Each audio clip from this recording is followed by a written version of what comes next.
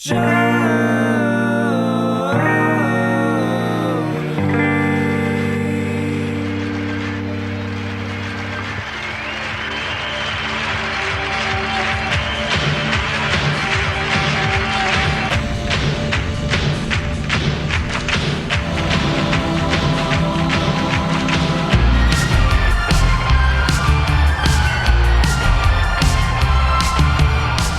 hello, everybody. Welcome to another installment of Show to Be with Mike G, the show of life, the show of being in this industry for 20 years, Dallas, Scotch, and so much more. Finally, and for the first time ever, we sit down with Naomi Michial Ayala of CVH Spirits out of Dallas to talk about her life. She's been a huge figure in this industry for just about 20 years, educating about tequila, cognac, whiskey, and everything in between, not to mention helming the USBG in Dallas and still contributing to the community and the hospitality all around us.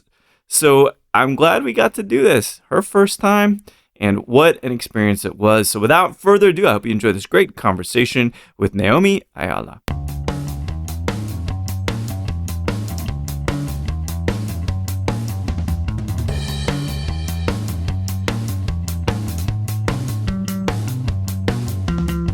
I guess not. Really? Yeah. That's surprising. It's all right. I've gotten out of it long enough and I finally was roped in. Let's go. I think when you say roped in, people will say that's what Mike does. Yeah. He ropes me into doing podcast interviews. But the thing is, though, there's so many personalities in this biz. Yeah. And some people are about publicizing themselves. Oh, sure. And some are like, I'm just going to hang out in the background, you know? Fair enough. So you obviously represent brands. I've seen you at tastings. You got this tasting at $7,000 tonight. Yeah. Do you like being the center of attention? I mean, I'm a Leo, so the obvious answer is going to be yes. I've divorced 2 Leos in my life. Oh, so yeah.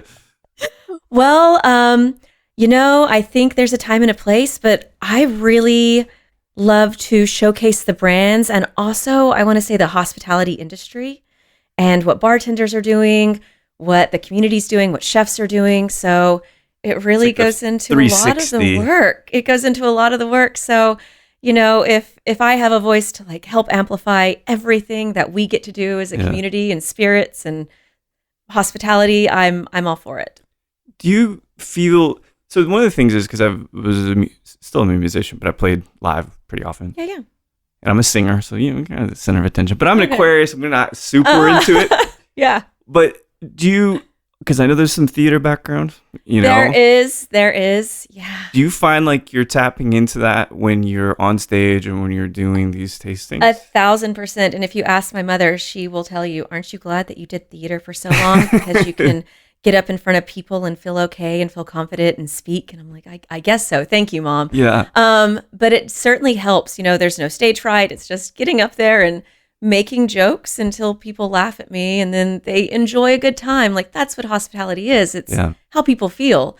And if we can give them an experience that is memorable, people remember how they feel when they leave a tasting or a restaurant. So if we can do that as a community, as a individual, I'm about it. And this term hospitality, the root of it, of course, is being hospitable. Of course. I was talking the other day, because I'm in tech as well, and I was talking to someone who, his wife actually works for distributors, so we had kind of this interesting connection where I know him both from work and his wife from the other side of my life, which is the booze side, right? And I said, a lot of people in tech are not very hospitable. They don't care about community and the emotions and the needs of others in the way that we do in this particular industry. Sure. Is that one of the elements? Obviously, you said bringing people together, but taking care of people. Is that another piece of this that really resonates with you? Absolutely. I mean, my background after college was, service industry and hospitality and bartending before I stepped onto this side of the bar. And it's such an interesting community because you anticipate the needs of others constantly. Yeah. And it certainly overflows into your life and into your relationships. And so, hosting people at your home doing all of these little niche things left and right. It's because of the profession that I think it just overflows. And then it gives you also a sense of empathy as which well. is so vital right now. Yeah, exactly. Not saying that tech guys aren't empathetic. Some are. It's just some are. I'd say so. But I just think it's one of those like second nature, and it comes into play with that community. Yeah. Yeah. It's a pleasure to be able to be adjacent to it and have these contacts, Sure. in this industry. I was thinking, because I was looking at you're at TCU for a bit. And you're from Fort Worth originally, right? Fort Worth, Texas. Which I love. I mean, fucking Fort Worth's great. I should be there next month, which would be nice. But I saw that you studied mathematics, which is one side of the brain. Crazy, yeah. And then you got theater, which sadly or Sure. positively is the other side of the brain. What did you want to be when you grow up? Oh, well, the other side of that was philosophy. I That's studied right, these yeah. 3 things. I have no idea. So sciences like always came naturally to me. In high school, robotics, national championships robotics team Is in that high right? school. Oh, yeah. Insanely wonderful tech program at the high school that I went That's to. amazing. We would travel. We would do things in partnership with like NASA, A&M, RIT up in This is Rochester. incredible. You guys see the We look on had my face because people so can see. much fun. So it's like science, chemistry, bio, all of these things. Always, I had such a passion for it. I didn't really have a direct interest in a profession in it. Oh, But I mean, there is such a science in distillation. that's And there's right. such a Absolutely. chemistry in distillation. So I geek out on that stuff. If we break down distillery to distillery, I geek out on that.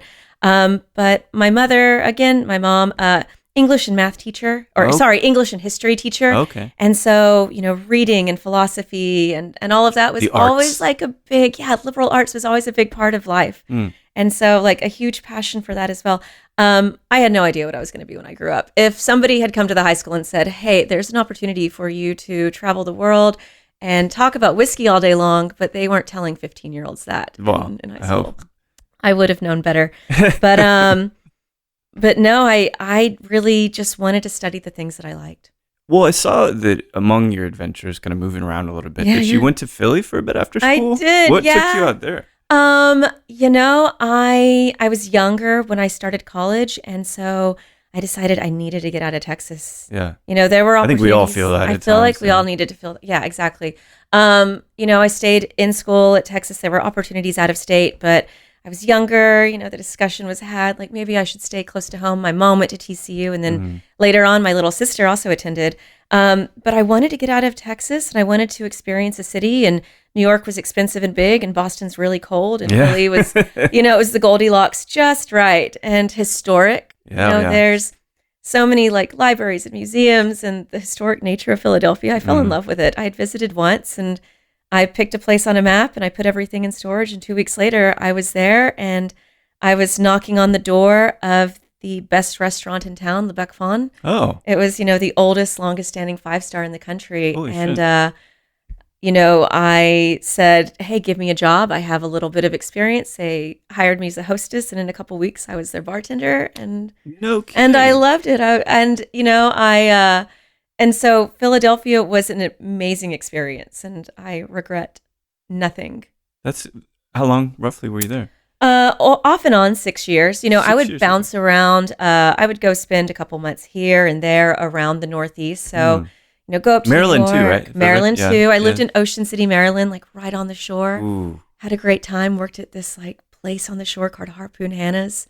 Just a classic like Maryland Bay Like, restaurant. ooh, man, I'm just getting hungry thinking about it too. It was, just such a cool experience. It's like, what else are you going to do in your 20s but bop around and eat food and drink drinks and learn how to fall off a surfboard? I mean, it's amazing because a lot of people I meet that are kind of born and raised in Texas, not necessarily in this industry, they feel so affixed to Texas. Oh yeah, this Right is now, there's home. some like loyalty things here, and I was not born in Texas. I've lived here a while, but I was not born here. But I still feel like a Texan, whether I like that or not. We'll take it. Yeah, Yeah, no, take it. You're here now. We take it. But the thing is that what I've always noticed about you, besides probably the curiosity to learn more about people, learn more about people, places, and things, do you still have the desire? Because we're both older now, right? So yeah. you still have the desire to, as you say, bop around and travel around, or have you maybe put down more roots as you've gotten back into Texas? I always want to travel. Yeah. Always, yeah, to experience new things. The only thing that I hate about traveling is, I miss my dog. That's really the number one thing. But that girl is happy and going to daycare and hanging out with cousins. But I love the home that I've built in Dallas. Whenever I go home, I just want to be home, immersed in home. Like I've plants and lush colors, and it's comfortable, and I can cook all the food that I want to. So when I go home, I can be there and really like love where I am. But then I'm like, no, it's time to pack a suitcase and hit the road. And does it tap you on the shoulder? Like it's sometimes it's not as loud, the travel bug, but then it's like, no, we got to go someplace. Absolutely. Sometimes it's like, book that trip. Yeah. Make those plans. But that's just, wanting to experience more and do more. And whenever I go to a city, I always try to find, a restaurant or a bar that's different, that's out there. Then I always try to make some time to find a museum or gallery or go see live music, do something different, or, go see a drag performance. Minneapolis, I'm like, there's some wonderful theaters out there, and just, figure out what can I do that, is the local culture. It's incredible. Yeah. Balance is something that I think is important for everybody, obviously mentally and physically, and especially in this industry. For you, how do you retain balance from being out there, being social, maybe drinking, maybe not, no assumptions, and then what is you and peace and harmony, and how do you kind of achieve balance in your life? Oh God, long walks with my dog. Oh yeah, okay. Oh yeah, no, I love our neighborhood, and I live in a part of Dallas called Oak Cliff, so naturally lots of trees, very forested. It's terrible when storms come through because there's always down power lines because of it. But just taking that walk, it really is just like, even if it's just something simple like recentering, smelling fresh air, being outside, stretching your legs. Something as simple as taking a walk is so good for your health, mental health, physical health. But also, I will tell you, I like to get on a bike and have somebody yell at me and tell me what to do. Spin class. At first, I thought it was like, a driver is telling you to get out of the way. No, I cannot ride a bicycle unless it's affixed to a ground. Okay, it is spin class, but it's like that helps get some things out. But no, really, when I'm home, also, you brought up drinking. I don't really drink that much when I'm home, based, even when I'm out sometimes. I think those of us that have been in this industry for a long time, we've seen the tragedy of our friends pass away at early ages. We've seen what sobriety has done to help our friends. And so being very cognizant of how much we drink has really helped the longevity of my career and others' careers. And, everybody finds what works for them. But for me, I like to sit at home. I drink a lot of tea at home. Or I'll open up a bottle of wine while I'm cooking and have some wine. It's just, I try to maintain that other balance with my physical health as well.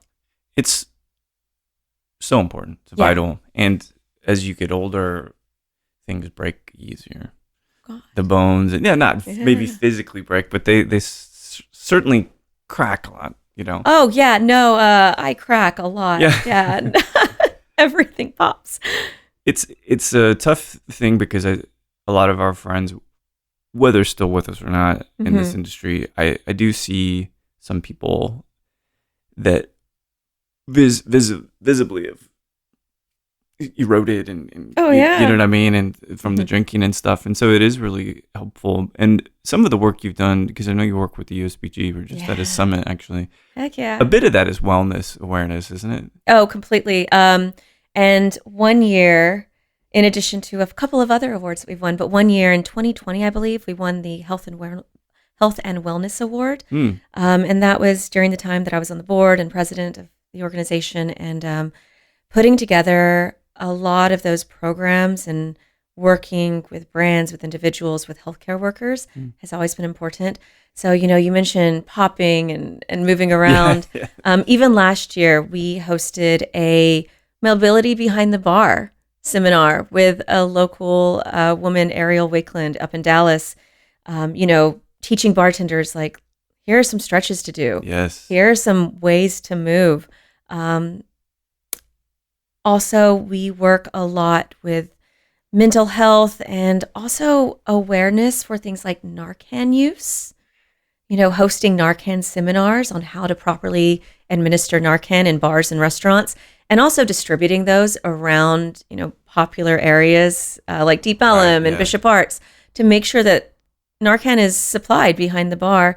Also first aid classes, things like that. It's just always really good to have those skills and those techniques, whether mobility or first aid or how to put Narcan into somebody to save their life. It's really important, and I actually someone I know intimately watched someone die at the bar. Oh God! Because they couldn't, and it's just it's crazy that how this stuff is just all around us and how this kind of education should be thriving, but sometimes it's not the availability of these things, But what's interesting, kind of tangential here, so I see this incredibly rich background, both with you contributing to the community, the industry, your passion for science and things. What is something you are not interested in at all? Because it seems like you have such a wide interest about things. And I'm just like, what do you not enjoy? It's a great question. Gardening. I am so with you. I hate gardening. I hate mowing the lawn. Like, I don't. No. I mean, I can grow plants inside my house, and it is a survival of the fittest situation. And you know what? I think I've done it right. I've learned to buy plants from IKEA because if they can survive there, they can survive anywhere. And these are real plants, not fake plants. Yeah. And like they are thriving. And I'm just like, you get watered once a week, or sorry, kids. Yeah, like, you're out of here. But yeah. I love that. I feel the same way. And I've been growing these agave, which I'll show you when we're done. Oh, heck yeah. And from seed. Yeah. From Oaxaca. So these come from Santa Catarina. But anyway, it doesn't matter. But sure. I get so attached to their growth.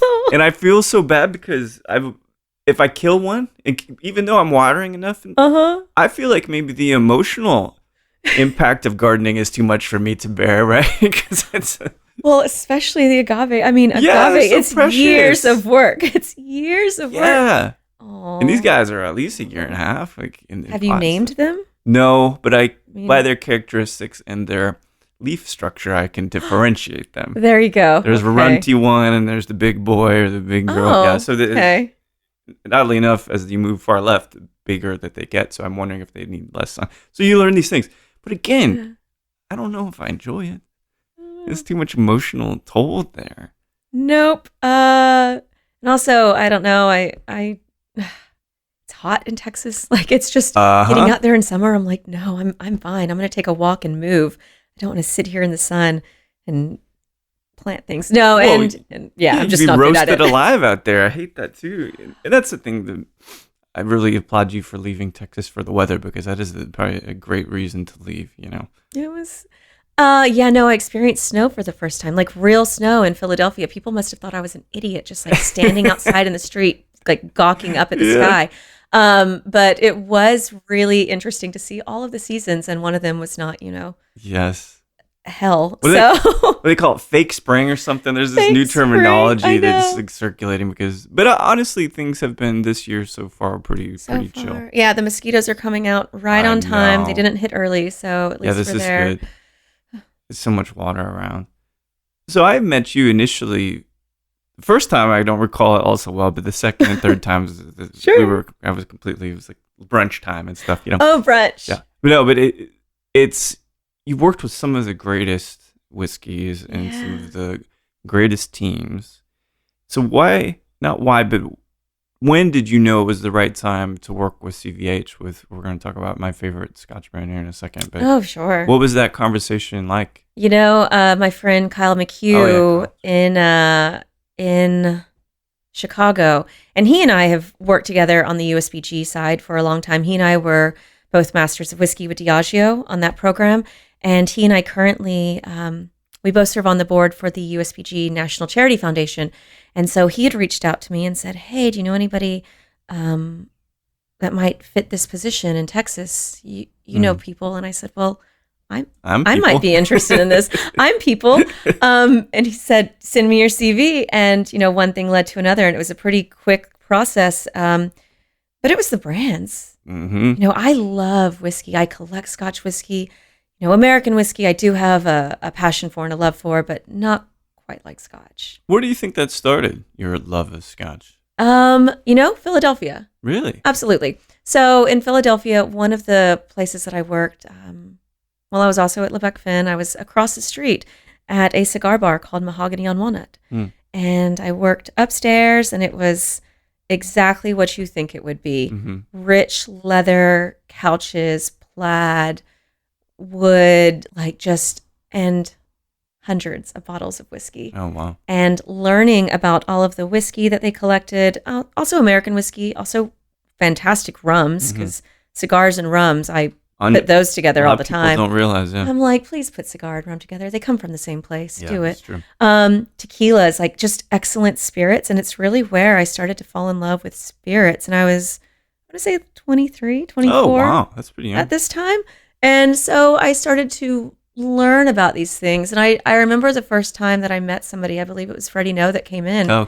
And it was a really cool thing, hearing someone from the brand talk about their brand and talk about his family history and learning all about, this American history legacy for whiskey. Centuries, right? Yeah. Wonderful legacy. And then I was introduced to somebody, I believe, from the Belvini. Yeah. And, they would come in and give classes. And this was, 16 years ago. And it was so interesting and cool that I just started studying these things and every day I would pull a different bottle off the shelf and, look it up, taste it, study it a little bit. And I just fell in love with Scotch. I'm with you. Same thing. Yeah. It was one year where I just said, I had been collecting mezcal and doing that for a long time. I was like, I love whiskey, so let me buy all the bottles. Yeah. So just so I can know, because I consider, whether it's the bottles behind me or in the living room with my racks, those to me, it's a resource library. Uh-huh. Now, I like the resource library for a multitude of reasons, but there's not a bottle on any of those shelves that I can't tell you something about or about how it tastes, right? Because for me, it's about what it is, not what it does. Yeah. Which is different. And so I think about Scotch a lot, and I never had a problem with peat. God, no. Ever. No. What do you think is so divisive about peat? Oh, it might be the iodine, that iodine quality. I think that at some point, some mean uncle or family member said, let me give you this to, a young drinker, and blew their palate. And Right. from then on out, maybe they have this negative perception in their minds. Just like gin for a lot of people, right? I love gin. I do too. I love gin, but I'm very particular about my gin. Me too. I'm like, I want a classic London Dry, please. I'm right there with you. I don't want an overly floral gin. We'll talk about the worst gin that exists. It's the most popular, which I won't name. I'm not going to do it. Yeah, never. Yeah, it's terrible. I don't know which one you're thinking. Well, it's very okay. easy to decide. But no, going back to peat, I think that somebody blew their palate when they were younger, wrecked it for them, introduced them to something that, was not for them. But also, not everything is for everyone, and that's okay. Yeah. Give someone a Glenkinchie. Give someone a Lowland Auchentoshan. Let them have something that doesn't have peat. But, these beasts that we have out in the world, our Colilas, our Lagavulins, our Ardbegs, our Lafroigs, I love them. I'm just They're massive. Yeah. I'm this spicy, this chocolatey, this tobacco, this smoke. I'm yeah, I love it. And it's just, different people. I'm with you. Obviously, Dan, because we love Dan. And he said so the first time I ever saw him present. Okay. He's an electric presenter. Love him. Not a lot of people present like him, which I really love, and I think he's very talented in that way. Even though he's a drummer, which usually those guys aren't. It's not always unless you're Phil Collins. But he the first time I saw him present, it was with Ardbeg, and he says, in his animated way, is you're not supposed to put that in here. The peat is poison. Your body's gonna instantly reject it. I was like, oh, that makes sense. So that every time. I'm just well, just give me more of that danger, I guess, every time. It's it's diving into the riptide. Yes. It's like you got to jump in, but it is like being very aware. Like we aren't supposed to drink high proof alcohol as humans. Probably not, right for our bodies. We adapt to it. We do it because we like it. Same thing. You really shouldn't get on a spin class bike and let somebody yell at you and tell you what to do for an hour straight. Like those things are not what our bodies are meant to do. But no, I think he put it pretty correctly. I love that. Like, that's just pretty simple. It's like, well, I always find it interesting though that people say, "Oh, this is smoky," and there's no peat in it, and I'm like, silly goose. No. What are you detecting? I don't understand that. It's that perception that everybody assumes that Scotch whiskeys are. That's right. It's okay. Okay. Speaking of assumptions, this is something I is really important to me in the podcast and in the industry and stuff, and I feel like. And it's getting different, but for the most part, the whiskey industry has been dominated by men. Oh, of course, yeah. And so it's really important to me to highlight the people in this industry that are not just those guys, right? Sure.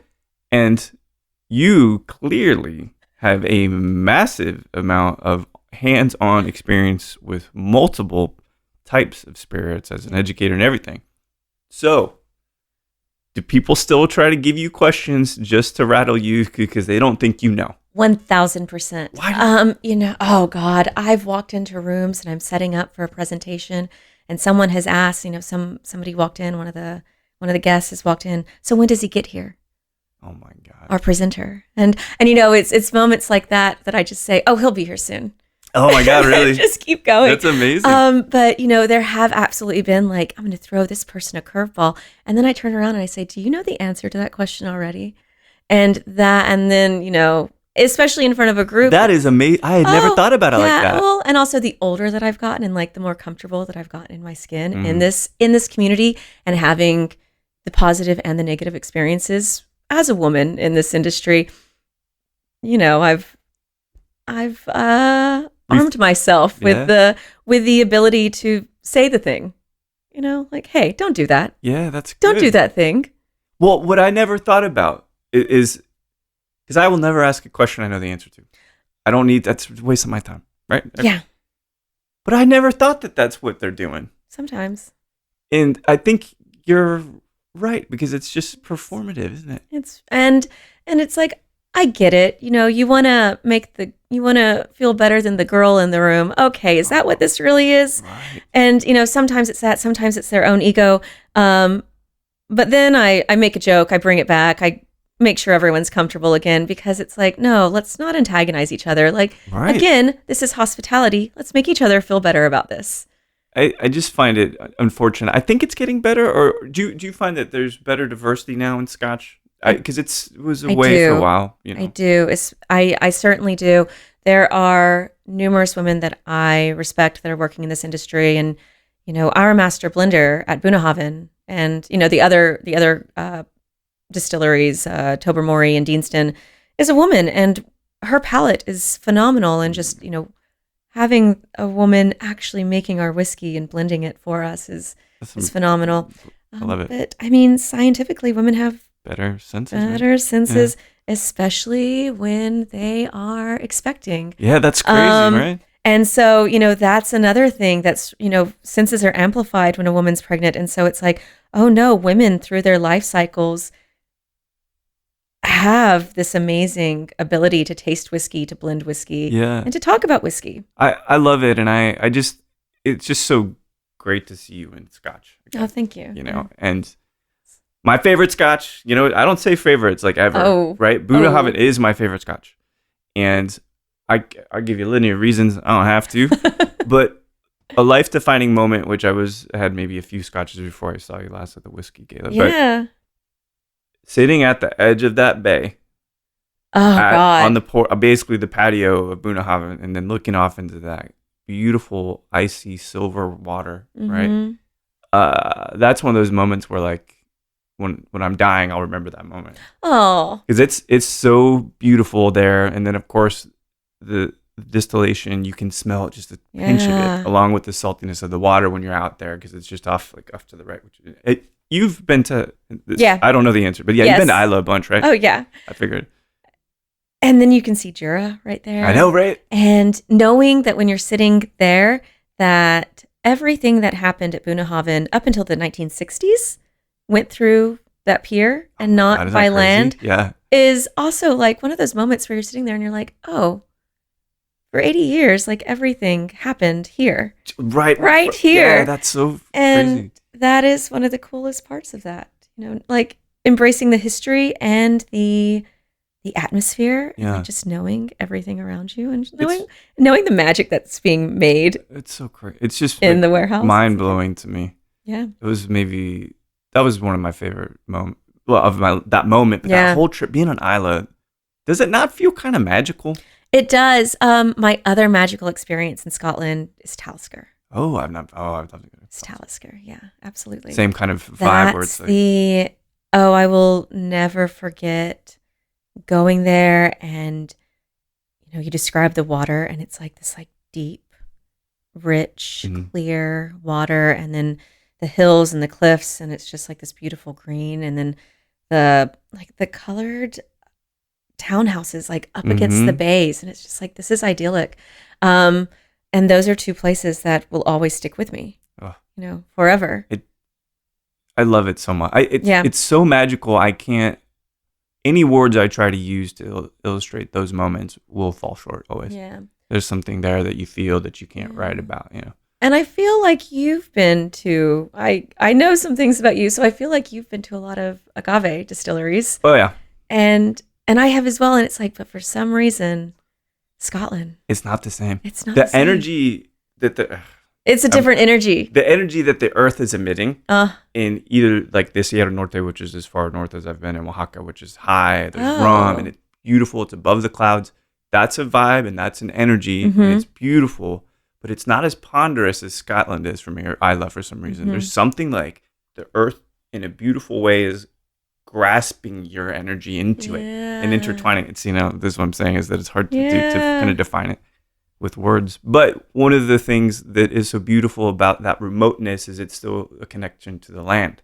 Absolutely. And so conversely, a big part of your job, I would think, is to be visible, make these bottles visible, have some kind of persona online and all of that. And you do. And your Instagram's good and stuff. But how much does that online persona, the lack of nature, if you will, filter into your life and your brand work? When you say lack of nature, what do you mean? Well, technology to me is the absence of nature. Okay, sure. Right? And because you're talking about taking walks, that's connecting to the land, to the earth. But if you're on Instagram, which we both are, none of that has to do with the earth, I know. Or reconnecting, I think. So I think, I haven't really built up, the big social medias that like our colleagues have. And I'm like, I feel awkward doing it. I'm like, oh no, self-promotion always feels strange for me. I'm with you. But I'm like, I'll do it because I have to. But, a lot of times I'm posting different events that we're doing. I post a lot of stories, and it's mostly going to be pictures of my dog, Jolene. Or like just random weird things about, being a Leo. But it is a part of our job. And I do feel really great being able to post about the brand that I'm working with right now. Yeah. And like, oh yeah, I'm doing this thing. Like we're doing a tasting, we're doing a party, we're doing an event. But it is a good way to connect to people and, having that visibility, I think, for any of the brands, because being top of mind, the awareness leads to advocacy, which leads to people purchasing, hopefully, Boonhaven. And I look at like music labels kind of as an analogy for Scotch, right? And so Johnny Walker, of course, that's the one everybody knows. You get to the airport and all that. But when I think about, that to me is like, this is not an insult, really. It's like Taylor Swift to me. Really accessible and like everybody kind of knows what it is. Okay, first of all. Now, I'm not saying Taylor Swift. Her name. I could say Charlie XCX, whatever. Okay. Saw her before. Also. I know. Anybody I'm going to say is going to be a pop artist that potentially you love that I like. don't I necessarily mean, you also mentioned Phil Collins earlier. And I'm like, yeah, I definitely have like Phil Collins on albums at home. Now, that's different. Listen, let's not talk about albums. But no, I do understand the analogy that you're making. So we're talking like three really like amazing indie artists, if you will. Now, one, the Bunnahabhain distillery is not very big comparatively. You know, it's like super small, but the output and the quality is amazing. And then you've got Deanston, which also is incredible. It's incredible. Tobermory as well. Is that the third? Tobermory, and then we produce Lechik at Tobermory as well. That's right, which is amazing. But now that's a weird one, and it's I love it. It's a funky one. It's a goodie. But you're talking about popular indie bands that haven't reached critical mass. Sure. So when you go and you talk about these brands, do you think largely people are familiar with them? You know, it's been a surprise. Oh, Every single audience or group that I've had, you know, it's always been a mixed bag of people that are in love with Bunnahabhain or people that are just like Scotch and want to learn about a new one that, you know, isn't one of the Glens or the Macs or you know, one of the readily available at any corner liquor store. They are there to learn, or people are there because they appreciate it. It really is the combination of the two. I love that. There's the diehard fans like you, and then there's people that just really like Scotch. But this is so good to hear. Yeah. Because that means there's a community bubbling somewhere. I hope so. Which then means there's unity and collaboration and concern and compassion for each other. Yeah. Which I won't say why that's important right now, because we know exactly why that's important. It's a rough one. It's a rough one. But I think that's amazing to see. And in these 15 or so years, you said, have you seen Scotch gain popularity? Absolutely. And, you know, from like there was a lull, I want to say in the 80s when we weren't drinking Scotch, obviously. And then, you know, it's gone up and down. Mm-hmm. But I think over the past few years, agave has taken over, which we love agave. But there's still space for our smoky Scotch drinkers. Yeah.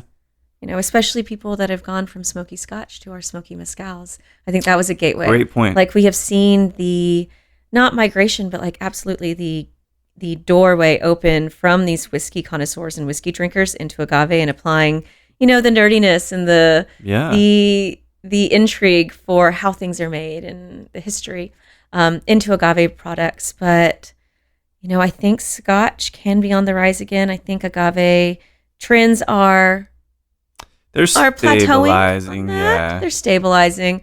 And I think there's always room for growth.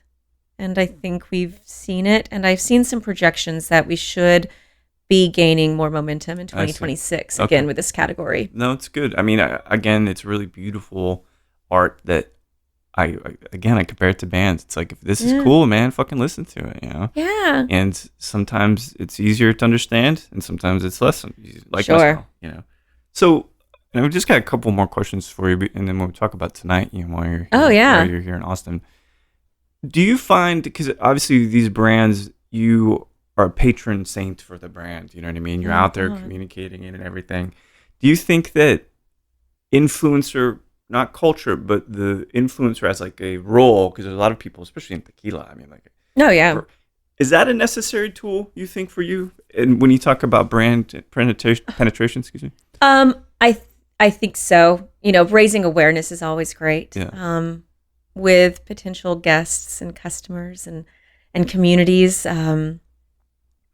But I think the team that does it the best out there is William Grant. Oh, yeah. Their ambassador team does such a great job. And then, you know, you've mentioned our friend Dan, and then also Cameron, who was with Ardbeg and now with Sir Davis. Yeah. You know, these individuals I certainly look up to and admire their ability to be so visible and to really gain momentum for the brands that they work with. And I wish I was better. I wish I was as good as they were. But I think it is crucial and important. But I also think it's just as crucial and important for people to talk about the category as a whole, and to have folks not just with the brand, but like Tequila Matchmaker, you know, Scarlett and Grover, being visible and talking about what they're doing and talking about the entire category and community. I think that's equally as important as brand specific influencers. Yeah, rising tide is this. Yeah. It's a necessary thing now. I won't call it evil because I'm classified as an influencer, which I do not like. Look at you. No. I that was the only trip they could put me on for Patron to go. Well done. You know, and I was like, yeah, that shows how I don't fit anywhere. You know, but I become very well aware of how it as a marketing mechanism is quite effective for certain brands. So, but Scotch, I think you're right. Just everybody needs to talk about Scotch more. Heck yeah. Which I think is That's vital. just because we love it. Well, I talk about things. Good point. Good point. So tonight, you're here in Austin, Texas. I feel like I'm gonna be like a radio announcer. You're gonna kick me in here. Tonight at $7,000. What is 7:30 p.m. probably? 6 p.m. 6 p.m. start time. Cocktails. What else we got in store for this So evening? we will be tasting our core lineup: Staradura, Torsteda, and also the 12-year and then the 12-year cask strength from the limited edition 2022 release.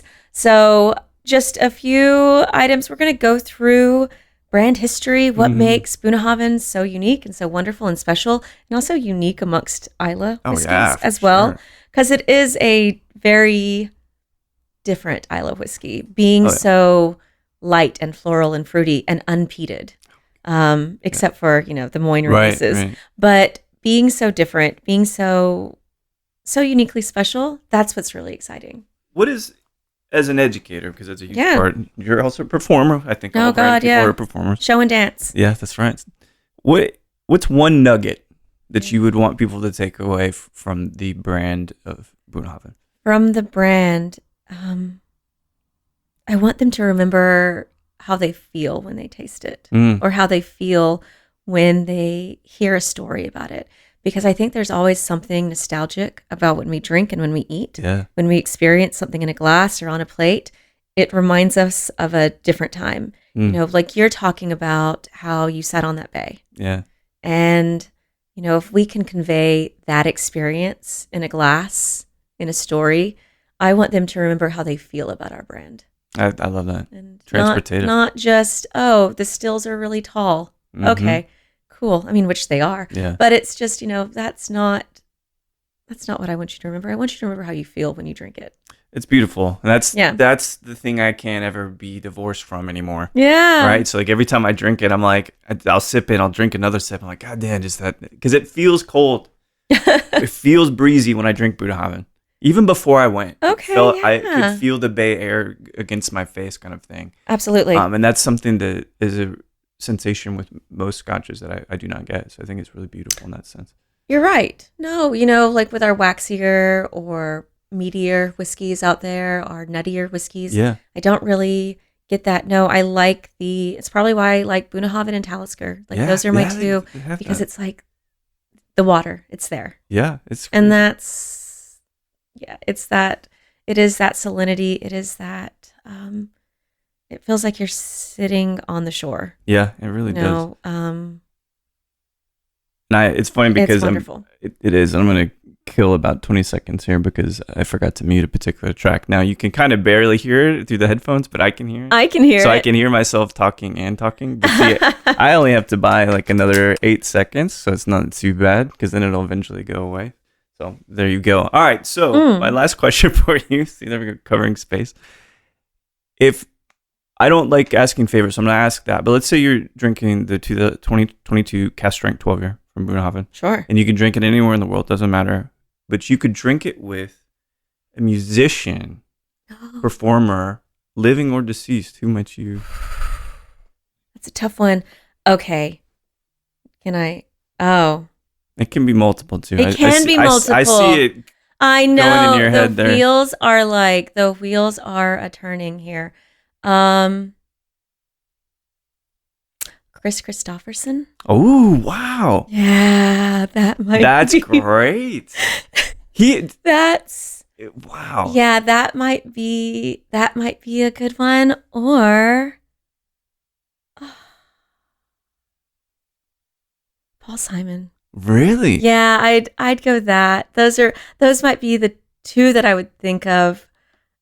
That is profound. Out of 400 episodes or so, no one said either of those, those people. Really? Yeah. And I watched a movie with Chris Christopherson and young Gene Hackman the other day. They're both young as hell. It's like 1972. Wait, what? I can't remember the name. I'm usually pretty good. Yeah. He's the drug dealer. And then Gene Hackman. We'll think of it. Reminds me of Pitney Sweat, but it's not. Yeah. But anyway, I was like, this fucking guy's got something. Because I never really saw him way back then. And I was like, he's got swagger, this guy. Yeah. Right? And then he's a talented musician and shit. I love his voice. Yeah, that's amazing. Yeah. I know he would drink whiskey with you. Oh, or Warren Zevon. That would be Zevon too? Listen, Wow. I am into it. You're like, let's talk about music. I'm like, let's go. This is no profound. I don't think anybody. Those would be some of my I love that. two that are passed, and Paul Simon's still around. Yeah, that's amazing. Well, I'm glad you got to actually finally do this thing in a proper way, or maybe an improper way, however you want to classify it. But finally, kind of your life summarized in so many minutes. So I think it's amazing, and I'm excited to see you later. I'll see if I can go, but either way, we'll catch up. Yeah, I appreciate welcome that. to join. So, how was the experience? Good. This is like a post online purchase survey. I'm kidding. You don't have to. So much easier than I thought it was going to be. Yeah. I was like, you mentioned you're like, people always ask for questions. I'm like, Diageo puts you through some media training. You always ask for the questions up front. I've worked, Like they flew me up to New York to do that media training. And I knew it. I could see it as soon as I started to communicate. Like she went through the Diageo media training. That marketing code and that team, they will do it. Yeah. So it's like, no, ask for the questions. And then also for a while with the National Charity Foundation at the USBG, I was doing their weekly updates on Wednesday. And so I would do their Instagram lives. And so, we would always have a script. We would have the questions. Mm-hmm. The guests would always have the answers. Like they would be able to write out their answers so that they could have a point of reference. But I was the host for that. Okay. And so it's like, oh no. And then you're like, it's not going to be so bad. Don't worry about it. You're like, it's going to be about you. It's not going to be, how many gallons does I don't care about that your shit. washbacks hold? And so like really, very easy flow. Well, as a Leo, I figured you'd enjoy talking about yourself. Which is not a jab. That is, come on. It is not. I swear it's not a jab. I'm going to do my best to look at that in the best way. It's a positive thing, I assure you. So, Naomi, thank you so much. Thank It's you. been a pleasure. We'll talk soon, yeah? Absolutely. I appreciate it. Thank you. Thank you. Cheers. So there we have it. Naomi Michial Ayala from Dallas, representing some amazing scotches like Diensten, like Bunnahabhain. And we talk about my experience there on Isla, looking out into the glassy water in the bay, sipping Bunnahabhain. What an experience, and what an amazing time to sit down with Naomi in her first podcast interview. This is kind of mind-boggling to me that this hasn't happened before. Seems unlikely, doesn't it? But if you're up there in Dallas, say hello. And if you see her pouring some amazing scotch, make sure to get a dram and enjoy her amazing flavor of hospitality. So thanks everybody for listening to Show to V with Mike G. No matter how many episodes you're watching Platonic and saying, where is this show going to go? I like it, but I don't know where it's going. Or if you're thinking, I do need some time off, please keep dancing.